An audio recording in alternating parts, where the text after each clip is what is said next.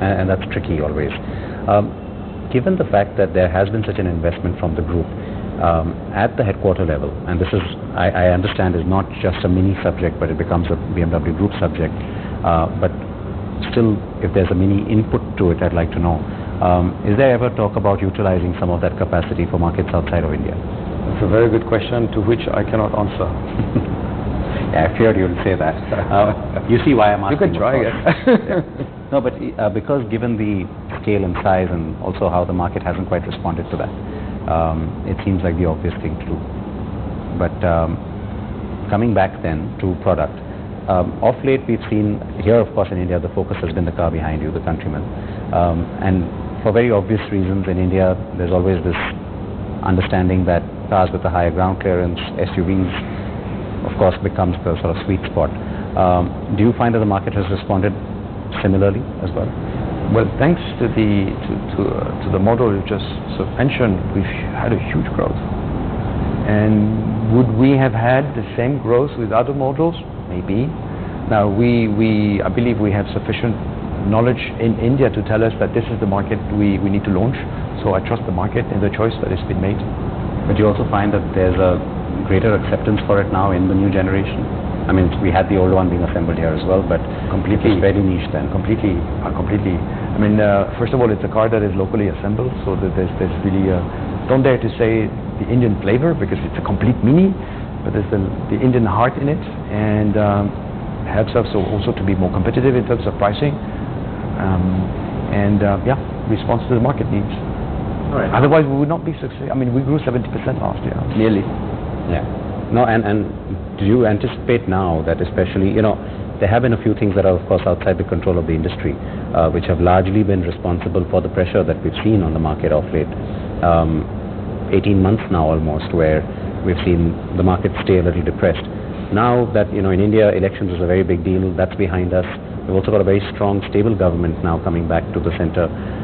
This shift in sentiment that has already started to happen, how quickly do you want to move on that? What's the message that you're sending to your team, both in terms of Mini India at the headquarter level and also the dealers?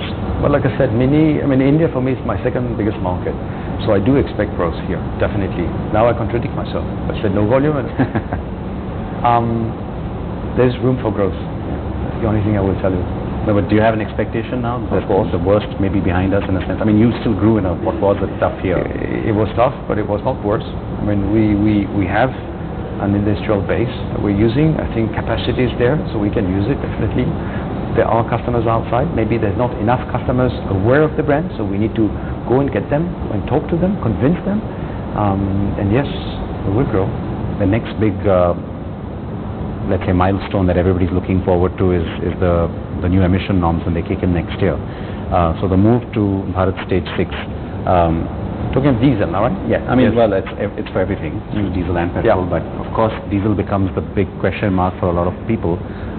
What are your thoughts on that in terms of how Mini will approach this transition to the new norms next year? Well, we have introduced petrol, and we're moving to much more petrol. And next year, probably 90% or so. This year, I think 70% or so. There's a worldwide trend, so we cannot escape to this trend.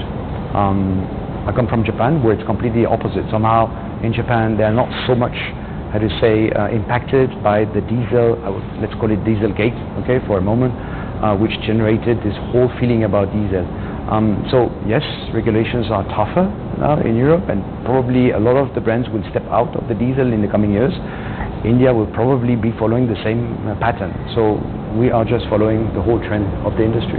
But from 1st April 2020, would you still offer diesel engines in your models? As of today, 90% will be petrol next year.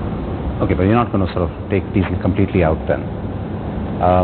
What about electrification? In the region, where do you see that going? And then, of course, India comes a little later, I understand, but since suddenly there's a lot of impetus behind it in terms of at least the right conversations happening, government has started to finally focus on it as well. For you as a brand, where does this take you? Probably a core topic in the coming years. And this is global anyway for yes. you, it's not just India. Yes. So we will be, actually, production of Mini Electric is currently starting in a test mode, okay? And we will be really releasing the first production in November in this year for European markets and some other markets.